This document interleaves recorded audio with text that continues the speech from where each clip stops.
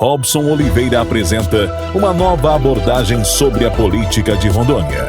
Podcast Resenha Política com Robson Oliveira.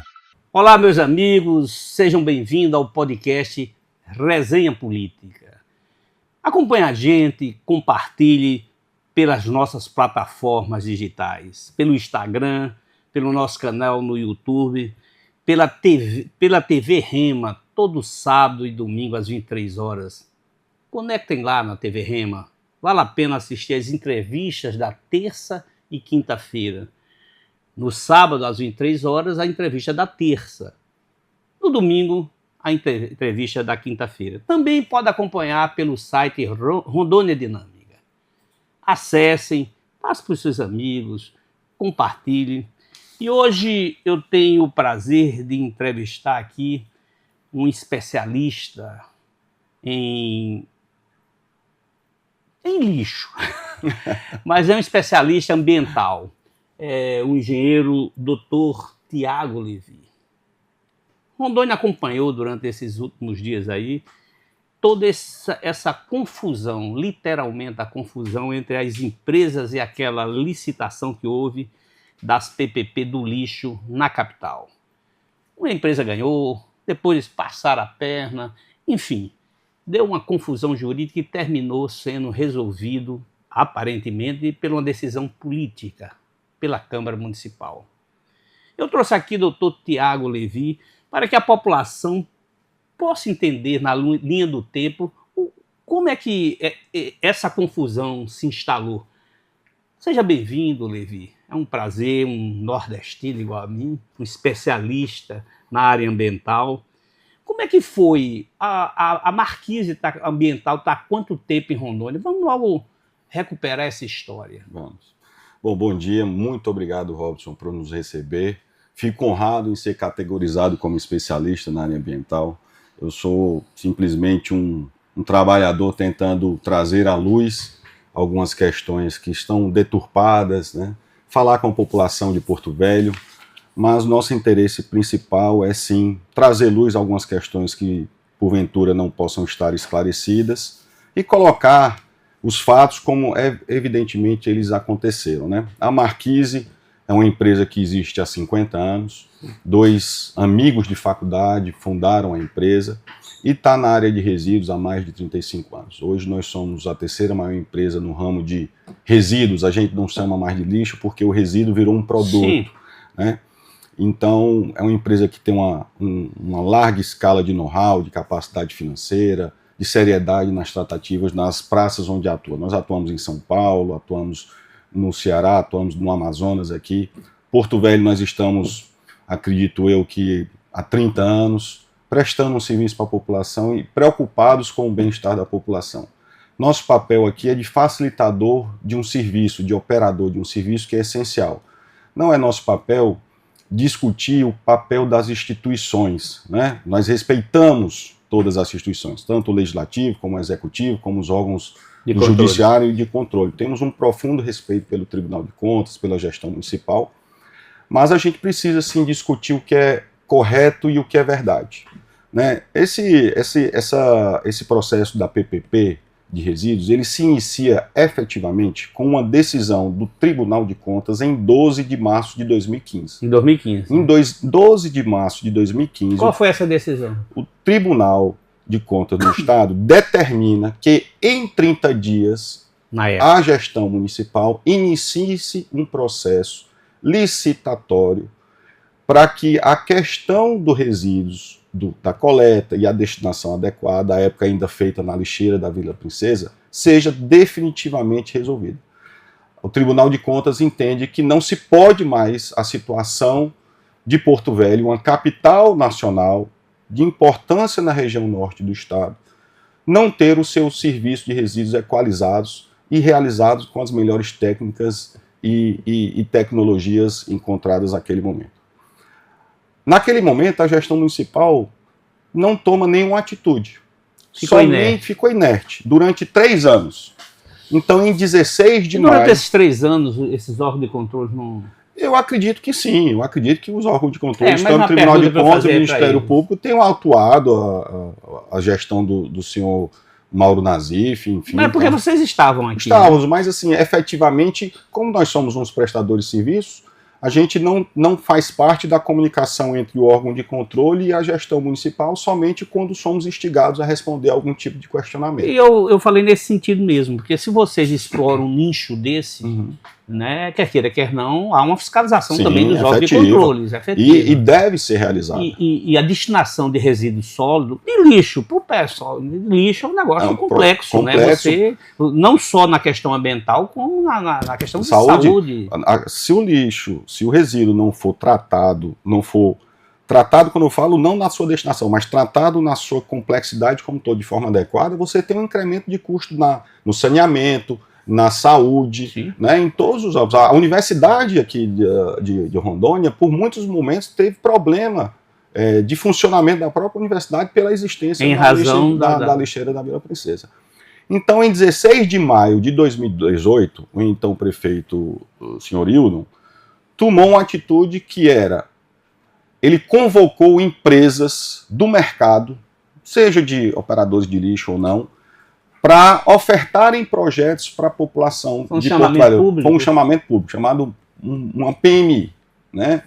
É um processo de manifestação de interesse, onde empresas poderiam ofertar o que elas entendiam que seria o adequado para a gestão de resíduos em Porto Velho. Esse processo só foi concluído em 13 de outubro de 2020, ou seja, durante 2 anos, essa PMI foi analisada pela população, foi analisada pelos órgãos de controle, foi analisada pelo Ministério Público e pela gestão municipal, e chegou-se à conclusão de uma composição de 2 projetos. 2 empresas, na qual a Marquise foi uma das entregou, e outra empresa entregou o projeto, e houve uma junção desses dois projetos que formaram o projeto definitivo dessa nova metodologia, desse novo formato de prestação de serviço da gestão de resíduos do município. Entendemos, não sabemos a efetiva razão do porquê, mas entendemos que foi uma atitude de se preservar e trazer mais técnica e conhecimento para o processo licitatório. O Hildon resolveu, à época, a gestão municipal, contratar uma instituição de renome nacional, a FIP. A FIP, que é a instituição de São Paulo, né, instituição de pesquisa ligada à USP, para, mesmo que os projetos tenham sido feitos por 2 empresas e acoplados, ele teve a preocupação e falou assim, deixa eu contratar a FIP, que já foi uma empresa que fez a PPP de São Paulo. Na verdade, contratou uma consultoria para falar assim, rapaz, avalie se realmente isso aqui é o que Porto Velho precisa. E não só avalie. Aí eu acho que foi a atitude mais louvável que ele tomou. Eu quero que você avalie, acompanhe o processo licitatório e nos primeiros 6 meses da execução desse contrato, vocês acompanhem a execução desse contrato para nos ajudar a fiscalizar o contrato. Vamos pegar aí. O Tiago, ele contratou a FIP para acompanhar a par e passo o desenvolvimento desses projetos. Mas foi exatamente no meio deste caminho que apareceu uma pedra. Faço isso uma referência poética. No meio do caminho tem uma pedra, né? Tirando essa referência poética, foi aí que o Tribunal de Contas entra e disse que teria havido algum problema na licitação. O que de fato ocorreu que criou esse... Olha como isso é curioso. A FIP começa a trabalhar em 25 de fevereiro de 2021. Em 11 de junho de 2021 é que a licitação começa a acontecer. Houve audiência pública. Isso começou em 2015. Somente em 11 de junho de 2021 é que a licitação começa a acontecer. Então há uma audiência pública para apresentar todo o projeto que a FIP resolveu e o que vai ser publicado para que a população escute e opine. No dia 11 de junho de 2021. Houve audiência pública? Houve audiência pública. No dia 8 de setembro de 2021, o edital é publicado. 8 de setembro de 2021. Quer dizer, foi em plena pandemia, né? Plena pandemia. No dia 7 de outubro de 2021, é suspenso pelo Tribunal de Contas. Por quê? Aí vamos entender as primeiras... Aí o Tribunal de Contas faz toda uma análise sobre o edital e aponta, ora, questionamentos que precisam ser explicados sobre modelagem, cálculos financeiros, o que é que efetivamente a composição, o que é que efetivamente está sendo apresentado, se é adequado, né? E aí começam a acontecer uma série de tratativas formais entre Prefeitura, Tribunal de Contas e FIP para que todos esses pontos sejam devidamente ou mudados ou explicados e mantidos. Foram mudados? Ou foram explicados também? Foram. Mesmo mudando, assim, você tem que explicar porque está mudando. Lógico, porque está mudando. Então, no dia 7 de outubro é suspenso, certo? Em 21, lembre-se que o processo da PMI começou em 2018, já houveram questionamentos na própria PMI do TCE, e em 7 de outubro de 2021, o TCE volta a suspender o processo, questionando Em 28 de fevereiro de 2023, ou seja, quase 2 anos depois, o próprio TCE revoga a suspensão. Manda seguir. E permite a continuidade. Toca o barco. No dia 28 de fevereiro de 2023, ele retira a suspensão e no dia 3 de abril de 2023 a licitação recomeça. No dia 10 de maio de 2023, isso é importante, isso é um fato muito importante. Tem o relatório complementar de análise do TCE pela CSEX, que é o órgão de controle, que opina, escute bem, opina pelo atendimento no edital republicado das exigências e sugestões formuladas pela análise do TCE. Então, no dia 10 de maio de 2023, o TCE diz que o edital está de acordo com o que ele concorda. Né? Com que ele concorda. E por que suspendeu? Aí começam os fatos curiosos. Que fato curioso é Dia 10, isso o TCE se manifesta. No dia 17 e dia 18, duas empresas e uma pessoa física entram com representação no TCE novamente. Empresas, escute, que sequer estavam participando do processo licitatório. A empresa chamada Amazon Forte e a empresa chamada Egea. Alegando uma série de vícios no TCE. Vícios, inclusive, que o próprio TCE já havia dito que estava sanado no dia 10 de maio. Naquela cronologia.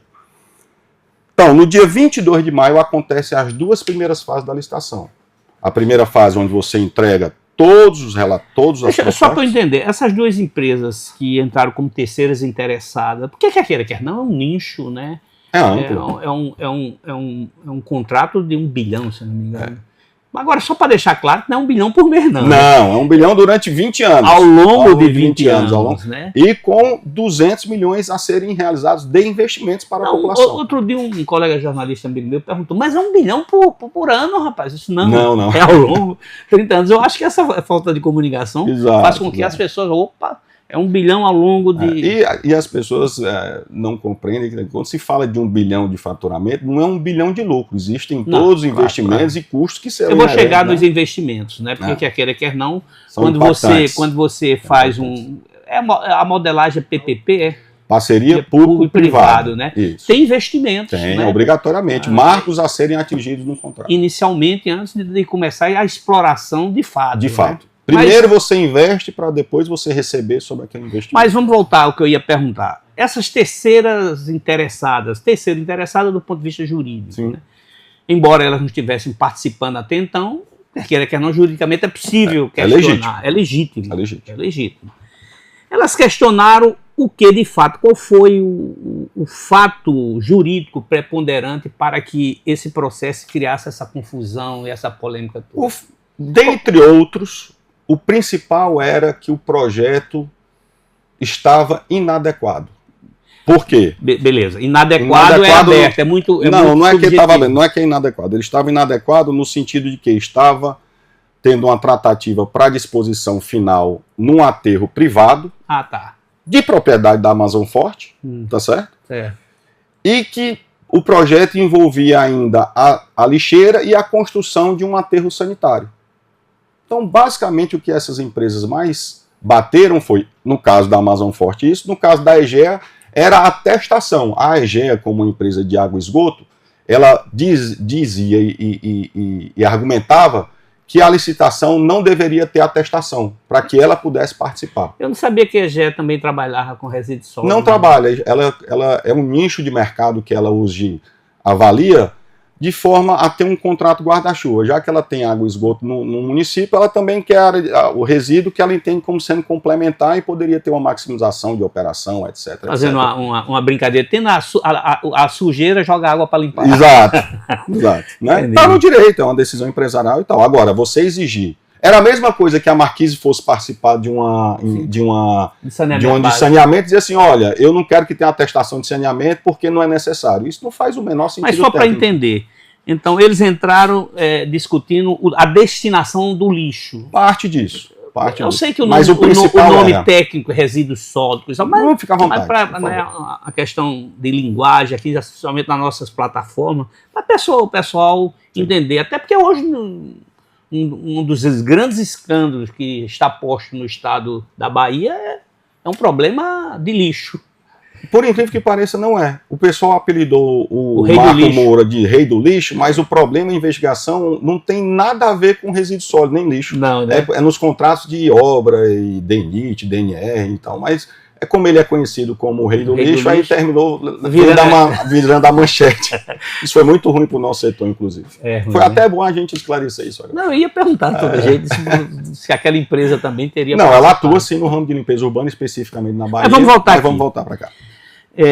Pelo que você está me dizendo, foi a destinação do tratamento do... Basicamente isso. O ponto mais importante... Vocês têm um aterro sanitário? Vocês construíram um aterro sanitário? Nós iniciamos... Para dar um tratamento correto? Nós iniciamos, por obrigação da PPP, nós iniciamos sim a construção do aterro sanitário. Quanto foi esse investimento? Do município.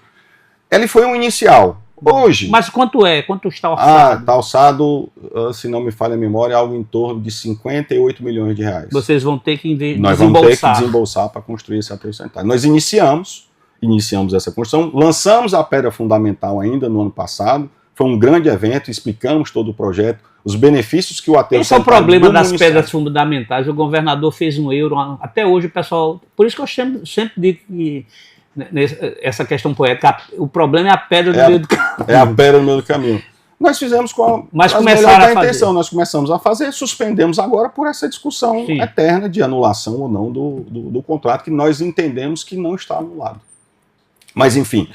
Então, daí começaram a surgir os problemas. Vocês continuam limpando a cidade? Sim, continuamos e pretendemos continuar. Sim, né? Porque me parece que durante esse lapso temporal entre essa suspensão da licitação, dessa licitação, o tribunal orientou para que fizesse uma outra... O tribunal... Eu entrevistei aqui o presidente do tribunal, ele foi uma pessoa extremamente preparada. Preparadíssimo, o doutor Hilber, reforçamos que eu não conheço pessoalmente, aliás, não conheço, com exceção de um conselheiro. Ele me disse aqui que a questão era vocês explicarem, fazer aquelas explicações, segundo ele me falou. Olha, o tribunal... Eu até perguntei, mas... O tribunal sempre alega... não estou aqui questionando o direito ou não de alegar, claro, mas... Ele alega que existem vícios insanáveis. Nós gostaríamos que ele explicasse quais são esses vícios insanáveis. Ainda pré-assinatura do contrato, o Tribunal de Contas explicou que existiam 4 problemas para a assinatura do contrato. Um deles era a existência de uma agência reguladora. O Hildon criou a agência reguladora. O segundo, o tribunal alega que não existe penalidade no contrato em caso da prefeitura ter mora, ou seja, ela está inadimplente. Eu confesso a você que foi a primeira vez na história do Brasil que eu vi um Tribunal de Contas dizer que tem que ter penalidade caso uma prefeitura atrase o pagamento. Para nós é ótimo. Sim. Não teria problema nenhum.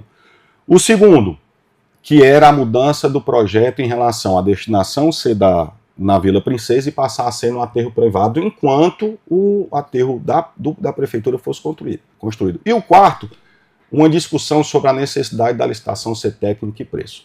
Esses 4 pontos foram sanados no primeiro aditivo ao contrato. Técnica e preço estava compatível? Técnica e preço está compatível com uma PPP. Se você pega a lei de saneamento básico e projetos de longo prazo, você vai ver na lei que se fala que todo o processo de PPP tem que ser realizado por técnico e preço. Sim. Porque nem sempre o menor preço vai atender a solução que o município precisa. Mas aí existe um segundo fato curioso. Não adianta você contratar uma empresa por R$1 Que não tem a e não tem a capacidade. Mas até porque lixo, imagina, se não tiver a quantidade de caminhões aqui, essa cidade vira... Mas deixa eu lhe contar um fato curioso. Diga. A proposta da Marquise foi a de menor preço. Foi? Foi. Nós tivemos uma economia real em conta ao preço de referência e, se não me falha a memória, de 80 milhões. É agora cobrado por metro cúbico? Não, são vários serviços, cada serviço tem a sua precificação, né? Que forma a contraprestação, onde você chega que é a composição de todos os serviços. Então, assim, técnico e preço deixou de ser um objeto de questionamento porque o menor preço ganhou. Aliás, é uma dando uma vantagem efetiva para o município. Essa é uma das questões mais sérias de uma licitação. A questão da destinação da Vila Princesa e tal. Nós, a Marquise, no aditivo, esclarece e deixa sem nenhuma sombra de dúvida que nós não poderíamos questionar nenhuma diferença de valor em relação a essa diferença de transporte. Então nós abrimos mão de qualquer questionamento com relação a isso. A agência reguladora foi criada, técnico e preço, quem ganhou efetivamente foi o menor preço. A Mora, o poder público no aditivo, colocou uma cláusula de multa para a prefeitura, caso ela não atrase, beneficiando ao prestador de serviço. E a agência reguladora foi criada pelo Hildo. Então, esses 4 pontos que estavam supostamente não regularizados foram regularizados. E aí o Tribunal de Contas insiste ainda na questão de existirem pontos insanáveis. Nós, até agora, não sabemos quais são efetivamente esses 4 pontos insanáveis e seria interessante que o Tribunal de Contas esclareça. Eu tive a curiosidade de assistir a entrevista do Dr. Hilber, e o Dr. Hilber foi muito inteligente, ele é uma pessoa inteligentíssima. A entrevista que você diz? Aqui no seu podcast. E ele coloca um ponto que ele é muito preciso.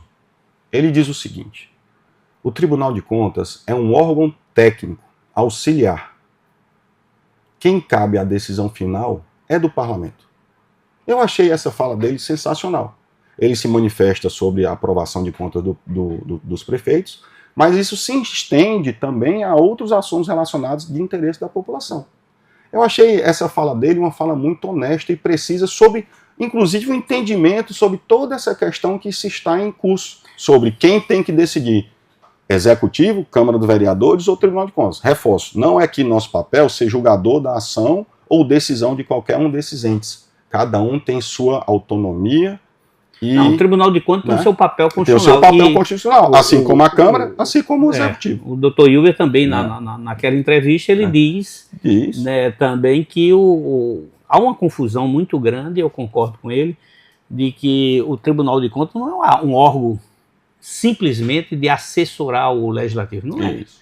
Quem conhece um pouco de direito constitucional sabe. Ele é um órgão instrutor, sugestivo e delimigador das ações corretas e não corretas. Se ele vê que existe uma ação correta, cabe ele apontar e os órgãos competentes tomarem a decisão sobre cada ato administrativo tem uma relação. Respeitamos. Eu acho que o Tribunal de Contas tem sim que fazer seu papel fiscalizador, tem sim que impedir que más práticas ruins possam trazer algum dano dentro do judiciário, como a gente dentro da gestão executiva, mas também tem um papel muito de sanador e de apaziguador de situações que sejam controversas. Eu acho que é isso que está faltando um pouco hoje, né?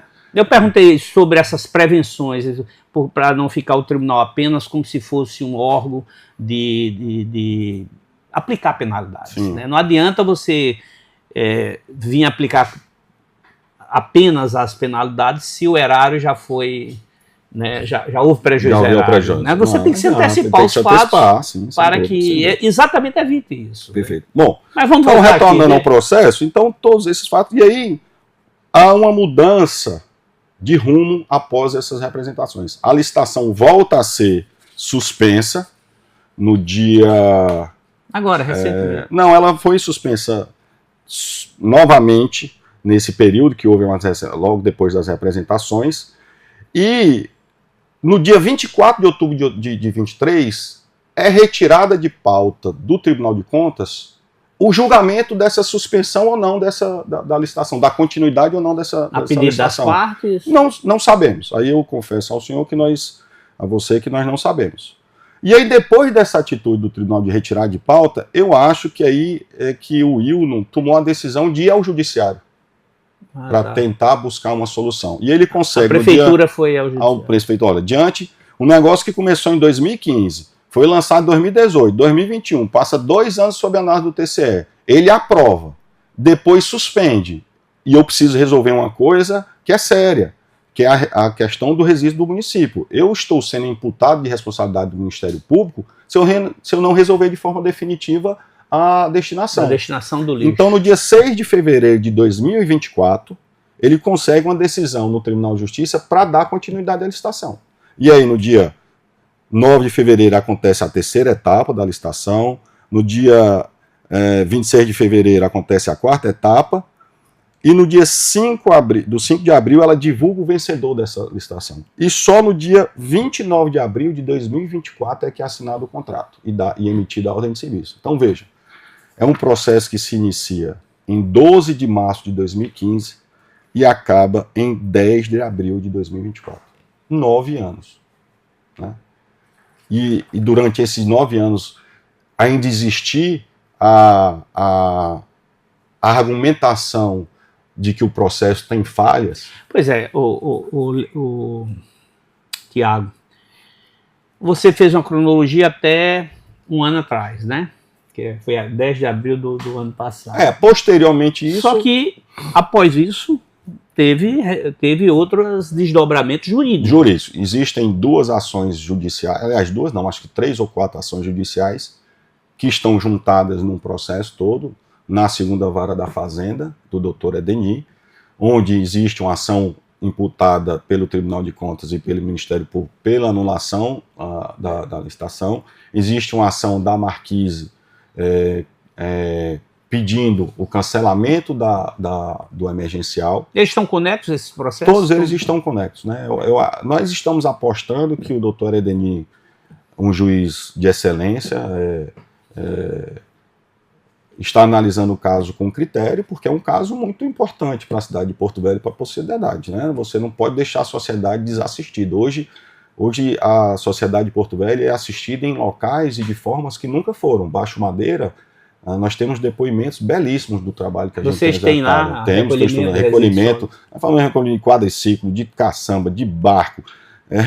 É uma logística que é particular de Porto Velho. E lixo é o que não falta em Porto Velho. Não falta. Mas deixa eu te fazer uma pergunta. Depois dessa cronologia toda, depois o atual prefeito mandou suspender em razão desses impasses com o Tribunal de Contas, a agência já não existe mais, mas está tudo sob o olhar judicial. No judiciário. Mas me surge agora, nesses últimos dias, uma decisão da Câmara dos Vereadores de Porto Velho sobre essas ações. E no meio disso, não tem como eu não perguntar, Tiago, surge também nos bastidores, muita fofoca. Vocês agiram agora, recentemente, de forma republicana? Ou algum vereador andou chantageando, fazendo alguma coisa? Eu acho que você colocou de forma belíssima. Fofoca, né? Volto a dizer, a Marquise é uma empresa de 50 anos. É uma empresa grande. 35 anos. Robusta. Né? Robusta. Nós temos conselho administrativo. Nós temos acionistas, vocês têm compliance? Nós temos compliance. Só para você ter ideia, na Marquise não se faz reunião individual, ou seja, se eu estou aqui, o nosso gerente comercial está aqui junto comigo, participando de tudo.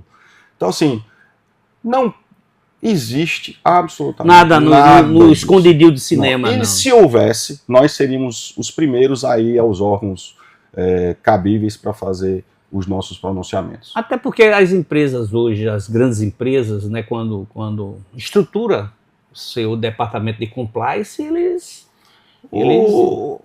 assim, é um contrato relevante dentro do município, com diversos interesses. Né? Infelizmente... Vou fazer essa pergunta. Quer queira, quer não, é como você está dizendo. É um contrato substancioso do ponto de vista econômico, né? E essas empresas que entraram, não quero dizer que eles estão certos ou errados, eu acho que qualquer uma que tem um direito jurídico de questionar um contrato tem que fazer. Mas elas conhecem bem, porque tem que ter uma expertise. Porto Velho é uma cidade cheia de especificidades próprias, né? Elas têm expertise nesse nicho aqui na capital. Olha, a EGEA é uma das maiores empresas de água e esgoto do país, mas na área de resíduos ela não tem nenhum contrato. E por que no dia para a noite quis entrar? Bom, aí é decisão empresarial, não cabe a mim questionar ou não. A Amazon Forte, nós sabemos que é uma empresa aqui local. Mas sabe por que eu perguntei isso? Agora imagine, digamos, que chegue e ganhe. Isso não tem expertise, como é que fica? A cidade vai sofrer. Entendeu? A população vai sofrer. Deixa eu lhe colocar. O Tribunal de Contas, quando toma a decisão de anular, ele determina que seja feito um emergencial.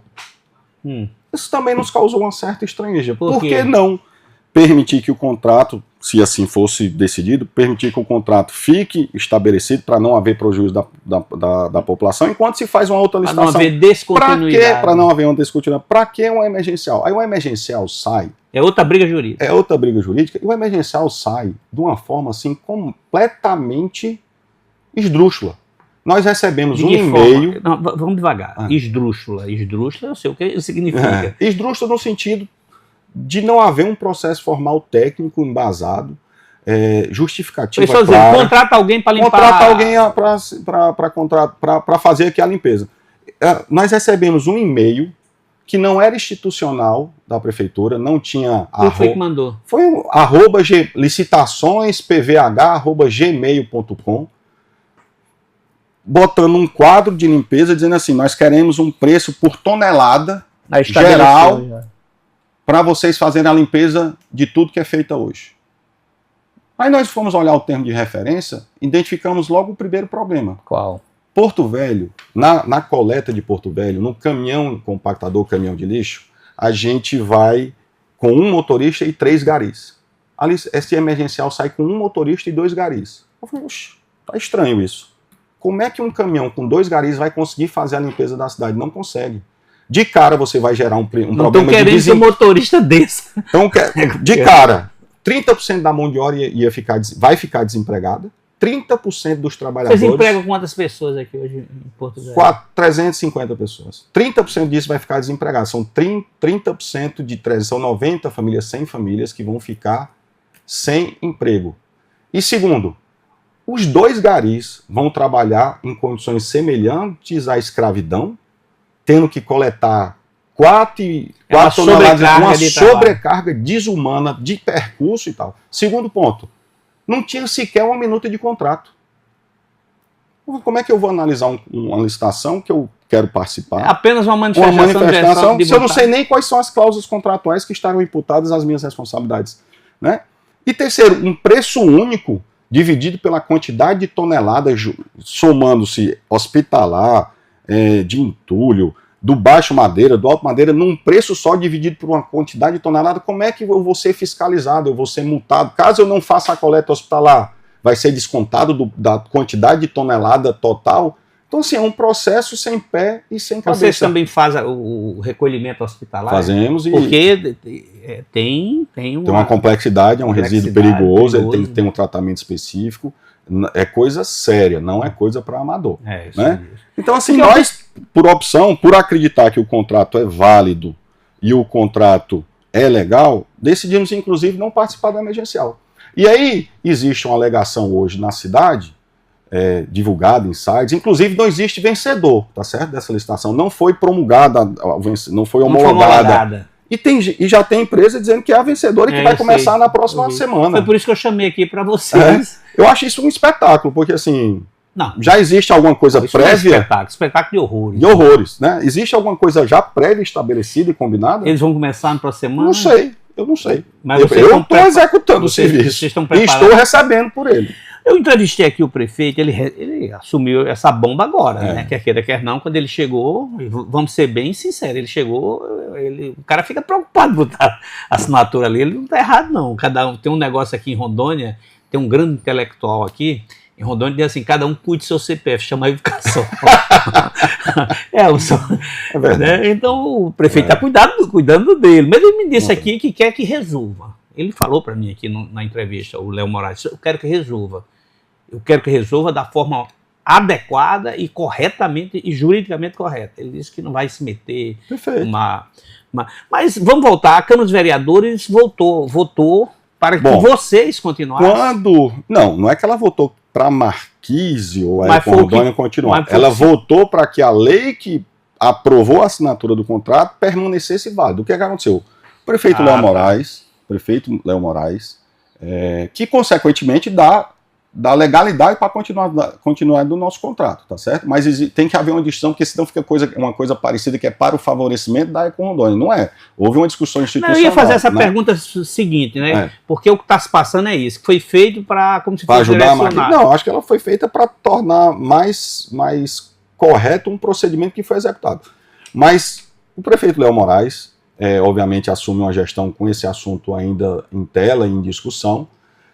E eu entendo o posicionamento, nós entendemos o posicionamento do prefeito. Obviamente, um prefeito ele não quer começar uma gestão com discussões com os órgãos reguladores, com receio de ser passivo de outras gestões e com receio que a gestão dele seja penalizada.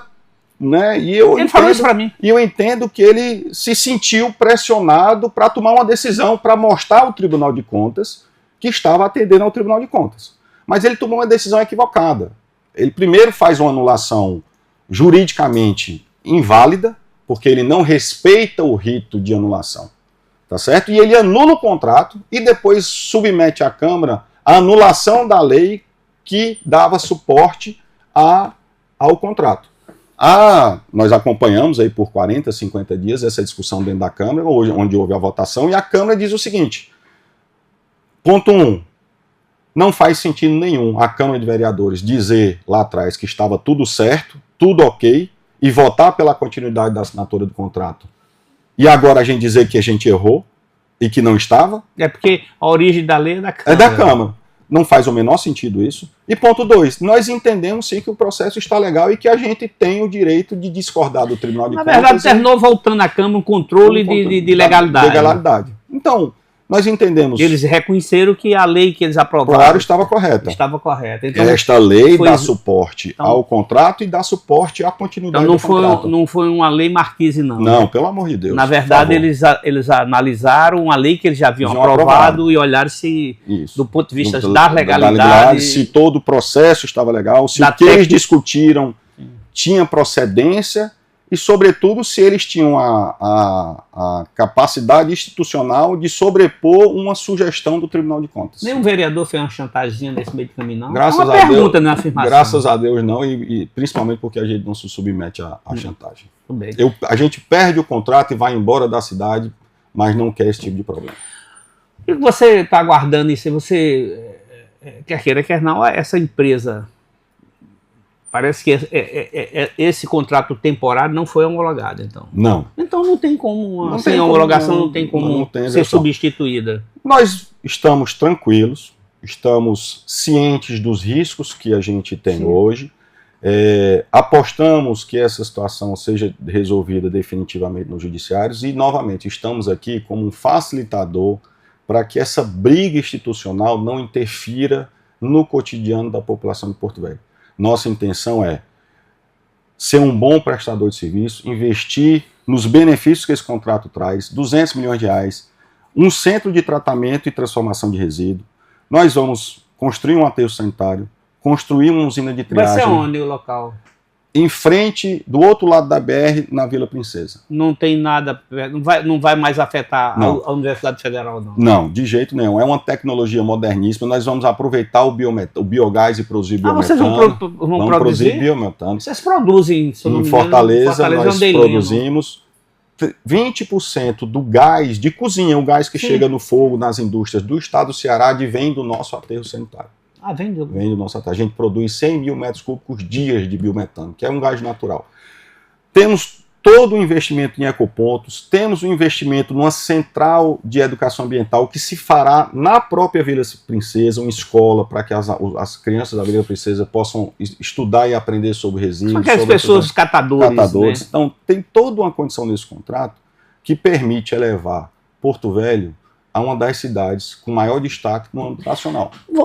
Para concluir, que nosso tempo já exauriu, meu amigo, voa, passa aqui.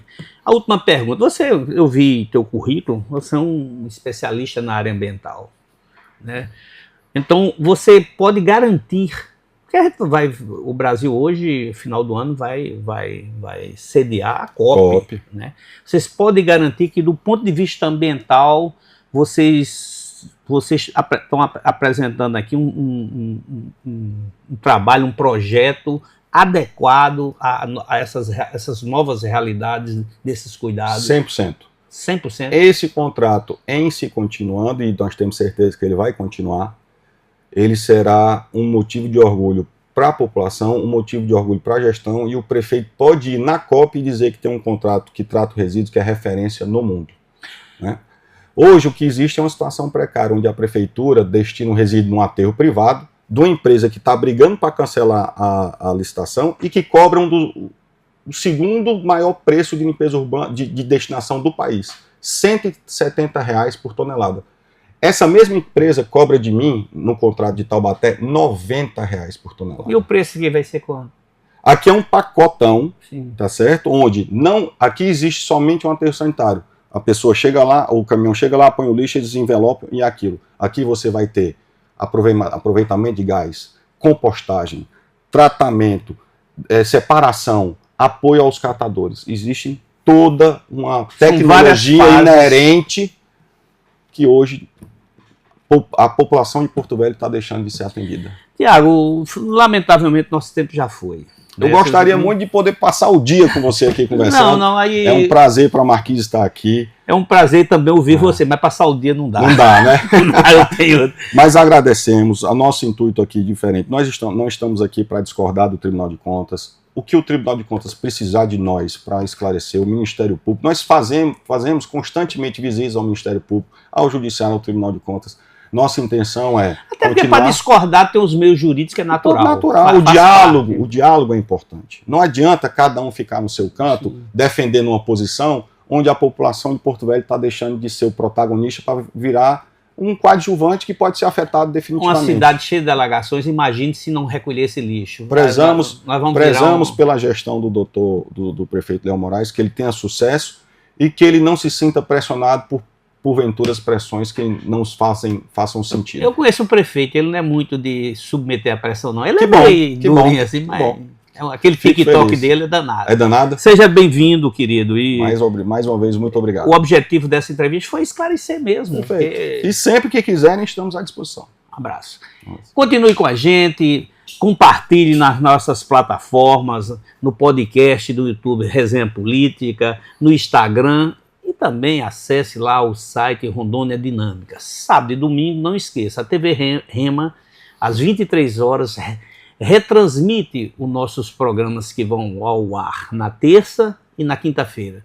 Muito obrigado e muito obrigado a Marquise por essa entrevista. Nós que agradecemos.